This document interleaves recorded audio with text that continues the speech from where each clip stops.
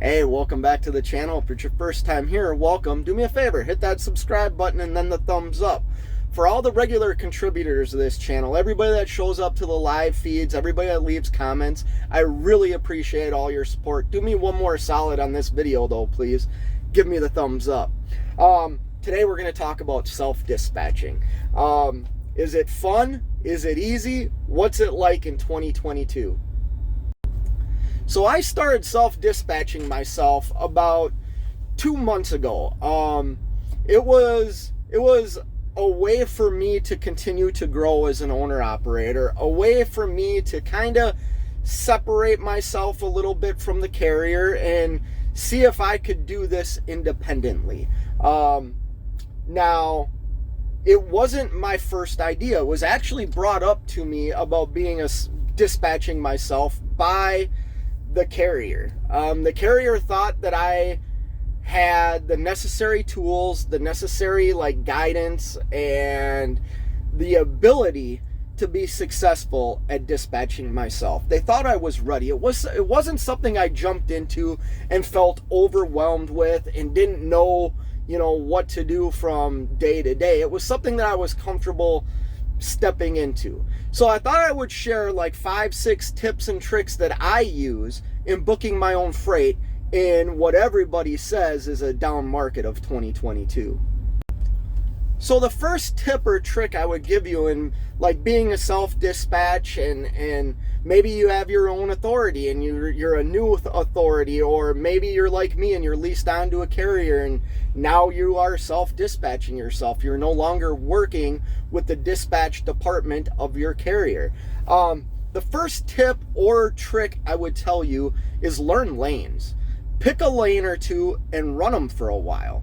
Learn what brokers work those lanes. Learn what the highs and lows are of those lanes. That way, when you go to book, if you happen to like that lane and you call up a brokerage, you typically know what that lane is paying. I mean, we have tools like the DAT Load Board Trucker's Edge has the 15-day average.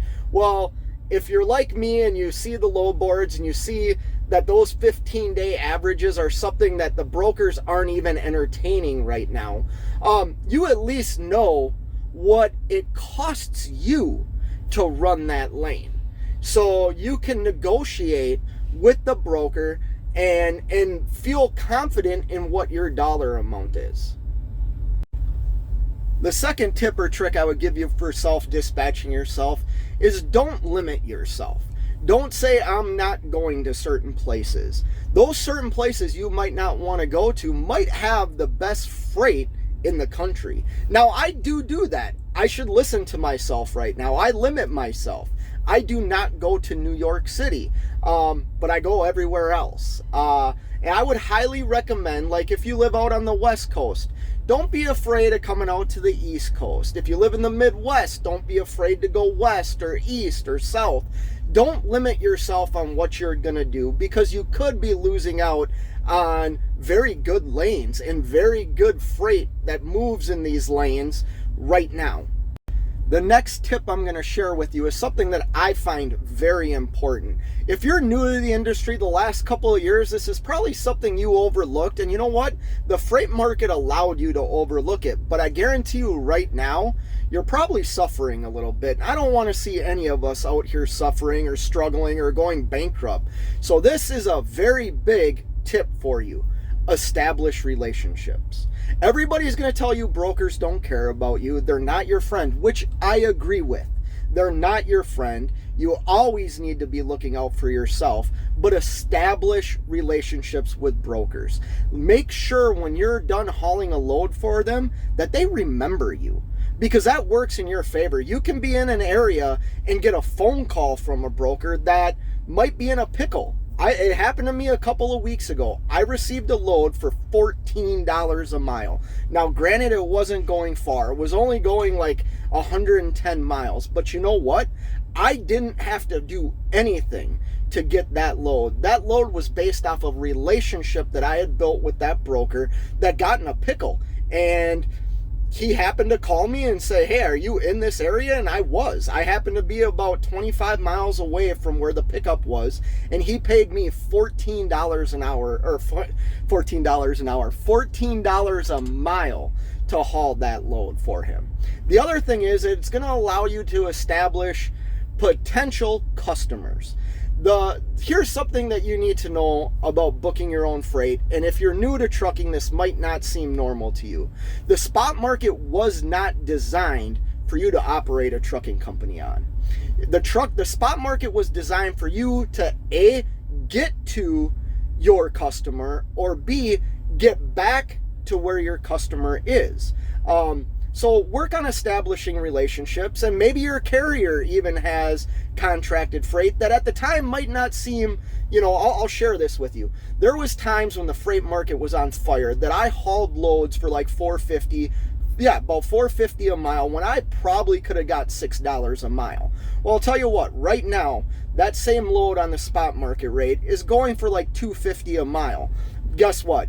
I'm still getting $4.50 a mile because I established a relationship with that customer. I hauled their freight when nobody else would, and it's worked in my favor right now. And what everybody calls a down freight market, where loads like that are tough to come by. So I would highly recommend establishing relationships, whether it's with brokers, shippers, and receivers, and try and establish a customer base. I have a customer that we deliver for that I have established a relationship with the receiver that allows me to park my truck and trailer at their facility when I go on home time. Where I live in the Minneapolis-St. Paul area, there is no truck parking. There's a couple of truck stops, but I refuse to park my truck there because A, I've done it before and I've been hit, and the places just aren't, they're disgusting places to park. So I have developed a relationship with a receiver that allows me to park on their property for free. I think it's a big and important tool that is overlooked in this industry. Establish relationships. Well, the next tip I have for you, you're not going to like, and I'm probably going to get ripped for it, but it's the truth. Not every load is a home run. You need to understand that.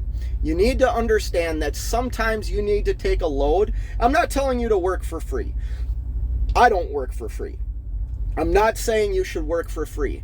But what I am saying is, this goes back to the first tip I gave, was about learning a lane.